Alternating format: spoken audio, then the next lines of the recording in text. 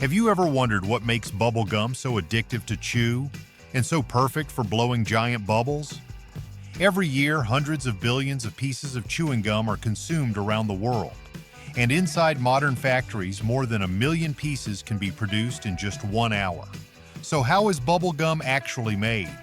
Today, we're taking you inside the full industrial manufacturing process of bubble gum, from raw ingredients all the way to the finished product.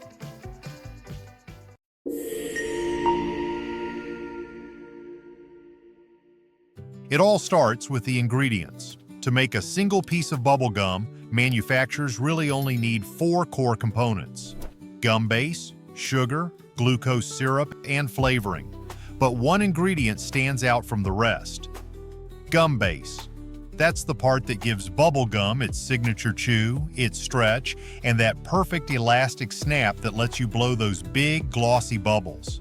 At first glance, gum base doesn't look very exciting. It's dense, smooth, almost odorless, kind of like a block of soft plastic.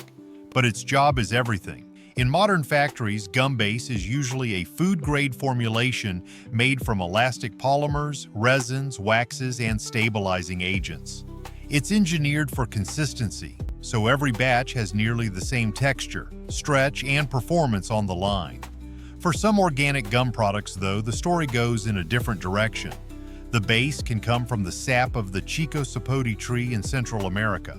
That natural latex is harvested, concentrated into a material called chicle, and then further processed into the core foundation of the gum itself.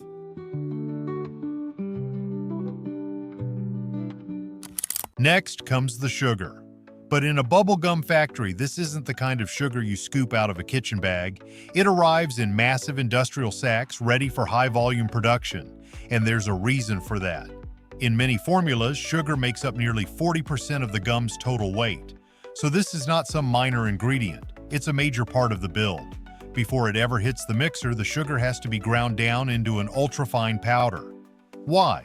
Because it needs to blend fast, spread evenly, and melt smoothly into the gum mass. If the sugar crystals are too coarse, you'll feel it right away. The gum turns gritty, the texture becomes uneven, and that soft, smooth chew bubble gum is known for starts to disappear. Then comes glucose syrup. It may sound like a simple ingredient, but it plays a huge role in how bubble gum comes together. Most of the time, this syrup is derived from corn. Once it goes into the batch, it acts like a powerful binder. It pulls the gum base and sugar together into one uniform mass. But that's only part of the job. Glucose syrup also helps create that soft, flexible texture bubble gum needs. It controls stickiness, improves the chew, and gives the gum that smooth, stretchy feel people instantly recognize. This is the moment the separate ingredients finally start turning into real bubble gum. First, the gum base goes into a heavy-duty kneading mixer. It works a lot like an industrial dough mixer, but built to handle a much denser, heavier, more elastic mass. Then the glucose syrup goes in first. That step matters. The syrup coats the gum base, making the batch softer, smoother, and much easier to work through the next stage of mixing. And the ratio has to be tightly controlled. Too little, and the mass stays dry and tough. Too much, and it turns overly soft, sticky, and hard to shape. Once the gum base reaches the right softness and flexibility, the sugar is added, not before. If sugar goes in at the wrong time, the mixture can dry out too early, blend unevenly, and lose the uniform texture manufacturers are aiming for. After about 16 minutes of continuous kneading, the batch transforms into a thick, sticky, elastic gum mass with a smooth, consistent structure. Once the base mass is formed, the factory adds the ingredients that define each bubble gum's signature look and taste. Flavoring and food coloring. This is where familiar flavors like strawberry, grape, watermelon, and mint enter the batch. It's also where those bright, eye-catching colors are introduced, giving the gum its first real visual identity. But this step is more delicate than it sounds. Flavor compounds are highly volatile. Add them at the wrong moment, and a lot of that aroma can vanish before it ever reaches the final product. So the process has to be tightly controlled. Once the gum reaches the right stretch, smoothness, and internal consistency, the finished mass is loaded onto stainless steel carts and moved to the pre-extruder. Inside the machine, a heavy-duty screw conveyor starts turning, slowly forcing the gum forward under high but carefully controlled pressure. Then the gum is pushed through a metal die and emerges as one long, continuous rope with a fairly uniform cross-section. It may look simple, but this step is critical, because this is where the product line starts to lock into shape.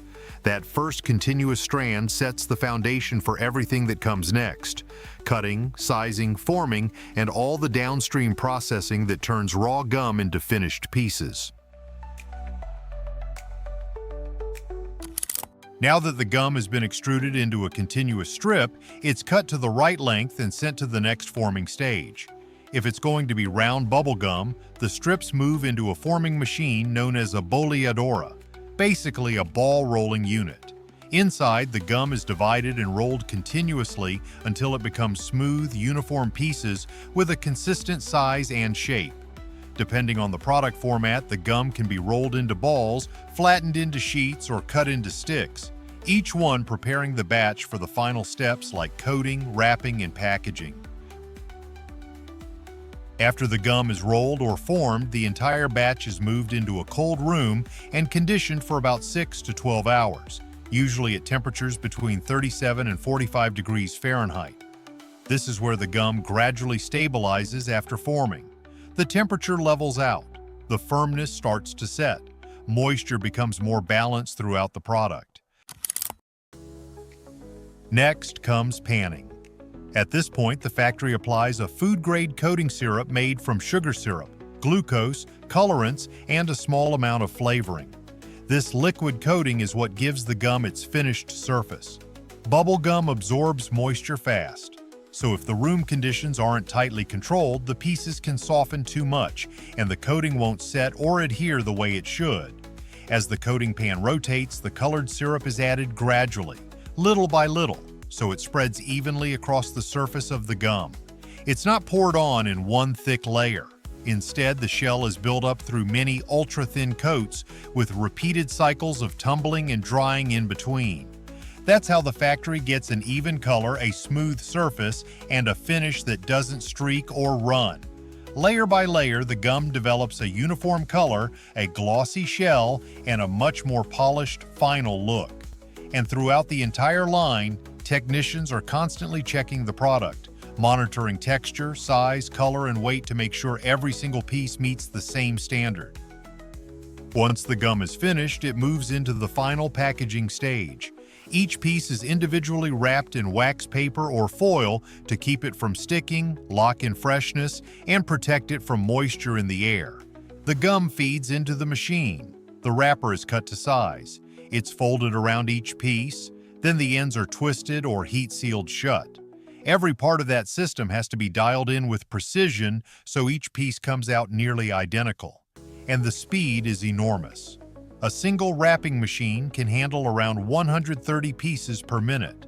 An entire production line can turn out as many as 17 million pieces in a single day. Even the wrapping material alone can stretch to nearly 1.2 million meters every day.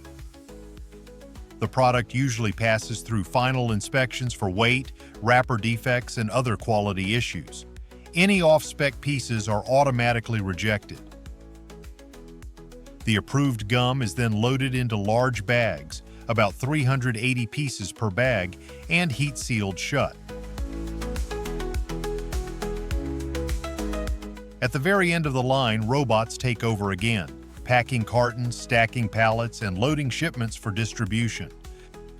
That's the complete journey behind a single piece of bubble gum. Small, colorful. But in the world of candy, bubble gum is only one part of the story. Because if bubble gum wins people over with its chew, its bright colors, and that playful snap of flavor, the next candy is famous for something even bigger: taste. And we're not talking about one or two basic flavors. We're talking about tiny candies that can take up to 21 days to make. A jelly bean disappears in less than a second, but at Jelly Belly, making one can take nearly 3 weeks. Every year, the company produces around 15 billion jelly beans. That's close to 1,000 pieces every single second. And across their lineup, they've created more than 100 different flavors. So how does something this small deliver such a massive burst of flavor? The story of Jelly Belly began in 1869, when the company's foundation was established as a family-owned candy business. From a small operation, the brand was gradually built over generations, and that long-standing candy-making tradition laid the groundwork for the quality Jelly Belly still maintains today. But the most important milestone came in 1976. That was when Jelly Belly introduced its line of gourmet jelly beans with 8 distinct flavors and sold each flavor separately instead of mixing them together, which had been the standard practice before. This idea changed the way people saw jelly beans, no longer just a simple candy, but a more defined and distinctive flavor experience. From that turning point on, Jelly Belly began gaining recognition across the United States. At Jelly Belly's massive factory in Fairfield, California, the journey of each candy begins in the kitchen. This is where the candy makers prepare the basic foundation for every jelly bean. The initial mixture consists of water, sugar, corn syrup, and starch. Everything is cooked using a jet cooking method. The mixture is then transferred into large kettles with constantly moving agitators, where it is heated to about 340 degrees Fahrenheit while being continuously mixed until it becomes a smooth, uniform liquid candy mass. From there, each batch is blended with concentrated additives made from natural flavorings, sometimes combined with real juice or puree to create the signature taste of each variety.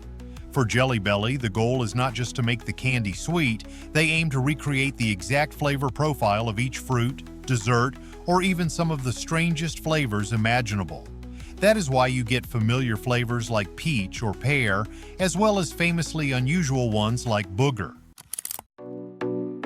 Once the liquid candy mixture is ready, it moves into the mogul system, the machine that begins shaping each jelly bean.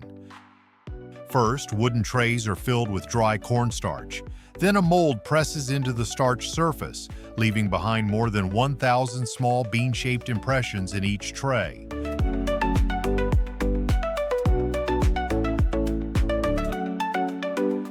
Right after that, depositing heads fill each cavity with the liquid candy mixture with extremely high precision. The entire process runs continuously, so quickly that the system can handle up to 28 trays per minute, equal to about 2 million candy centers per hour.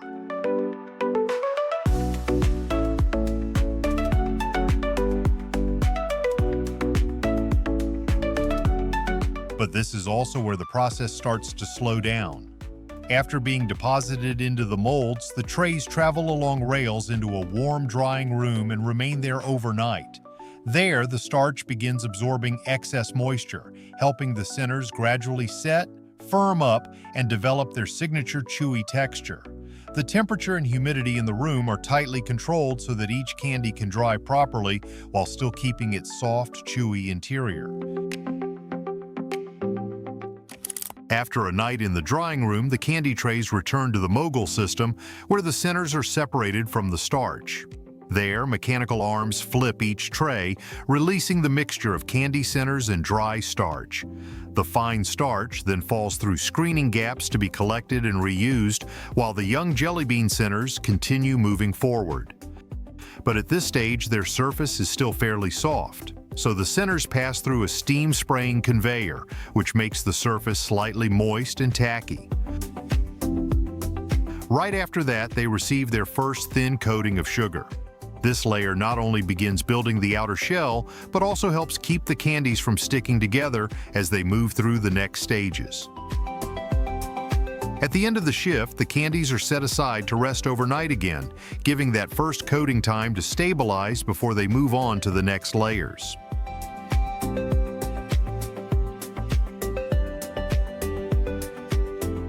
By the third day, the jelly beans tumble through large rotating drums in a process called panning, where the outer shell is built around each candy.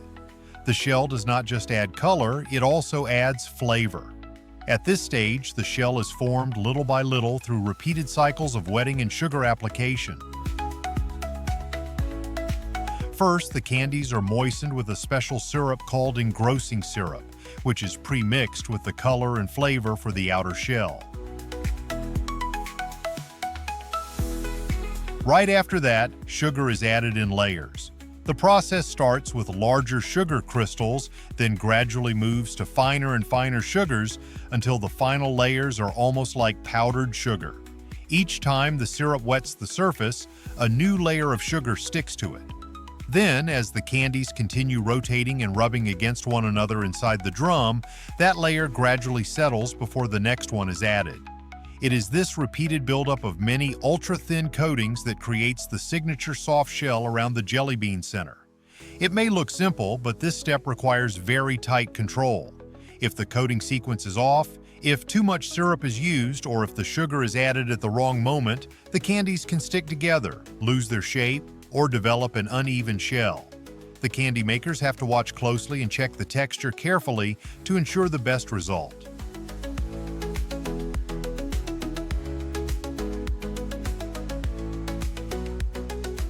After another resting period, the jelly beans receive a final glaze coating. This glaze is a confectionery-grade finishing agent, used along with a very small amount of beeswax to create the glossy outer shine. As the pan rotates, the jelly beans continuously rub against one another, helping the glaze and beeswax spread into a thin, even layer across the entire surface instead of building up too heavily in certain spots.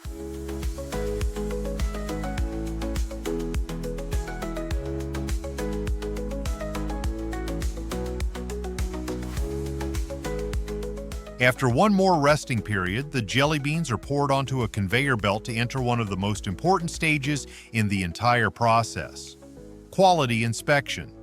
By this point, not every bean makes the cut. Some candies fail to meet the standard. Some are misshapen, while others are simply too large. These little oopsie accidents are called belly flops, and they are separated from the rest of the jelly beans. Only the candies that meet every standard move on to the final step: getting the Jelly Belly stamp. Here the logo is printed directly onto each bean using white food-grade coloring.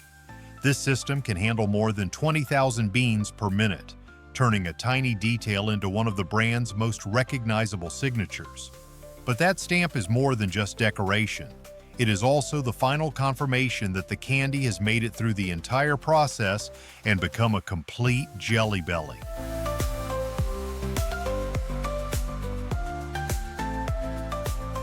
After that, the candies are packed into cartons, placed into storage, and wait to be shipped out to destinations everywhere.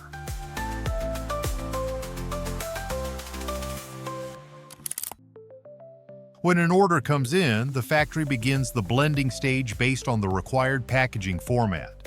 Different types of jelly beans are poured onto long conveyor belts where about 20 flavors can be combined in a single batch.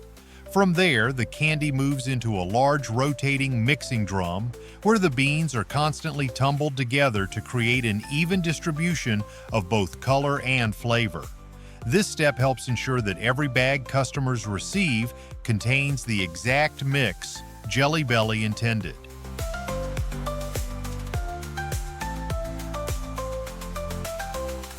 Next, the blended candy enters an automated portioning and weighing system. Each serving is measured precisely.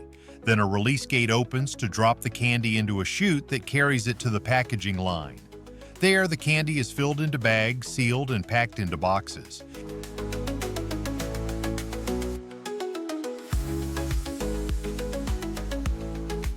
And this is where millions of individual jelly beans finally become finished packs of Jelly Belly, sealed, boxed, and ready to leave the factory for stores around the world.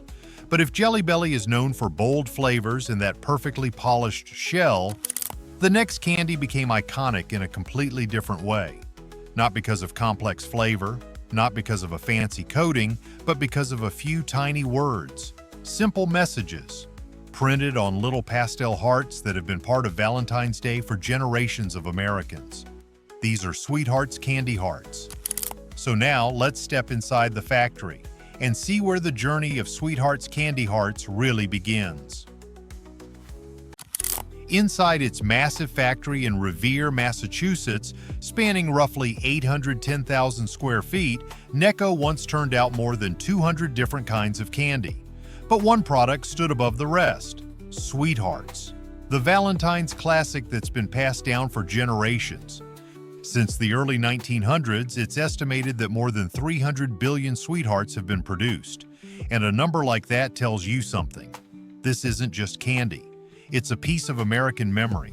So now, let's head deeper inside the factory and see how this sweet little legend was made. Now it's time to step onto the production floor and see how these iconic little heart candies actually come to life. It all starts with the most obvious ingredient you can imagine: sugar. And not just a little. We're talking massive quantities. Across the factory, multiple industrial mixers run at the same time, each batch handling up to 900 pounds of ingredients. Next comes cornstarch. That's what pulls out excess moisture, gives the candy its crumbly texture, and creates that signature chalky bite Sweethearts are known for. Then the mix gets its color. After that, flavor is added.